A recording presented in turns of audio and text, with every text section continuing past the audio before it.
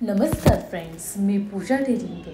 भंडारदऱ्याच्या कुशीत लपलेल्या धबधब्यांच्या खजिन्यांना आपण भेट देतोय आणि आपण मागच्या व्हिडिओमध्ये कोलटेंबे वॉटरफॉलचा ट्रेक पाहिला आणि कोलटेंबे वॉटरफॉलला कसं जाता येतं हेही पाहिलं। आता या व्हिडिओमध्ये आपण जाणून घेऊ की वसुंधरा वॉटरफॉल हा केवढा भव्य दिव्य आहे आणि वसुंधरा या नावा इतकाच तो आवाक करणारा आहे की नाही। चला तर मग मला असं जाणवलं एकंदरीत ह्या मान्सूनमध्ये लोक तामिनी घाटाच्या साईडला खूप जास्त फिरताना दिसत आहेत। तिथल्या अनावश्यक ठिकाणी जायला नकोय तिथेही जात आहेत।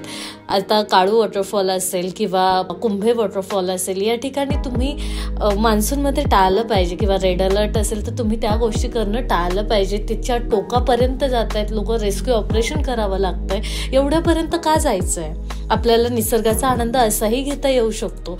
तर त्यासाठी तुम्ही रतनवाडी किंवा भंडारदऱ्यालाही जाऊ शकतात।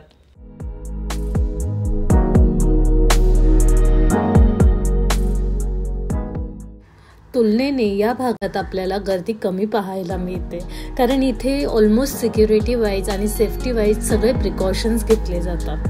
त्यामुळे जर तुम्हाला फॅमिली ट्रिप करायची असेल आणि रेड अलर्ट एरियामध्ये तुम्ही जात नसाल तर ऑफकोर्स तुम्ही भंडारदऱ्याला येऊ शकता।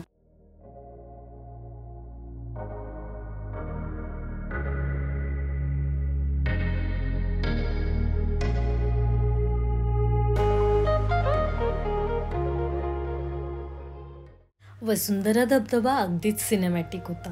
तिथे पोहोचल्यानंतर आमच्या डोळ्यांनी जे पाहिलंय असं इमॅजिन करा, वरतून धबधबा पडतोय, आजूबाजूला 4 ठिकाणी वेगवेगळ्या पोझिशनमध्ये झाडं उभारलेली आहे आणि दगडांवर हिरवी हिरवी अशी छोट्या छोट्या झाडांनी पकड धरली आहे आणि त्यावर या धबधब्याचे थेंब पडतायत आणि ते तुम्ही तुमच्या डोळ्यांनी पाहताय।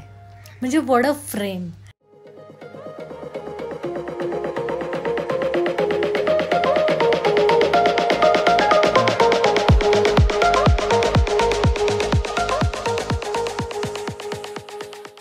वसुंधरा हा नावाप्रमाणेच देखणा धबधबा होता। वसुंधरा नावाचा अर्थ हा की ज्याच्याकडे अतिशय सुपक माती आणि अमर्याद संपत्ती आहे। पृथ्वी मातेचं हे एक नाव मानलं जातं। या शब्दाप्रमाणेच या वॉटरफॉलला एक वेगळी डेप्थ आहे। इथे गेल्यानंतर 2 सेकंद तुम्ही फक्त त्या धबधब्याला पाहत राहिलं, कुठलेही फोटो नाही, व्हिडिओ नाही, काहीच न करता केवळ तिथे शांत बसून राहिल्यानंतर तुम्हाला एक वेगळी फिलिंग जाणवते, एक वेगळा अनुभव जाणवतो।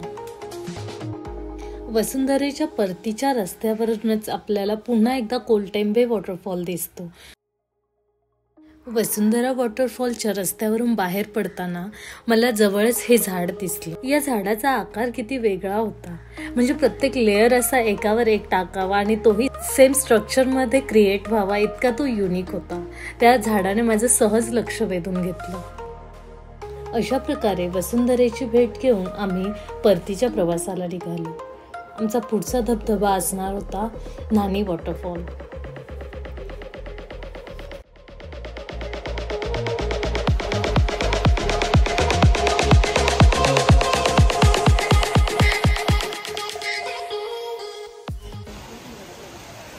इथे तुम्ही टॉयलेट शुल्क देऊन वापरू शकता, सशुल्क टॉयलेट आहे। इथे आहे हा वसुंधरा वॉटरफॉल।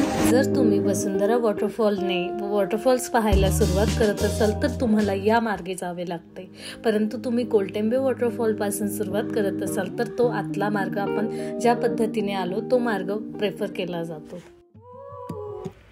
तर अशा प्रकारे आपण शेवटापर्यंत पोहोचलो आहोत आणि आता पुढच्या वेळी नवीन व्हिडिओ घेऊन येत आहे नव्या धबधब्याबरोबर। So stay tune and thank you for watching.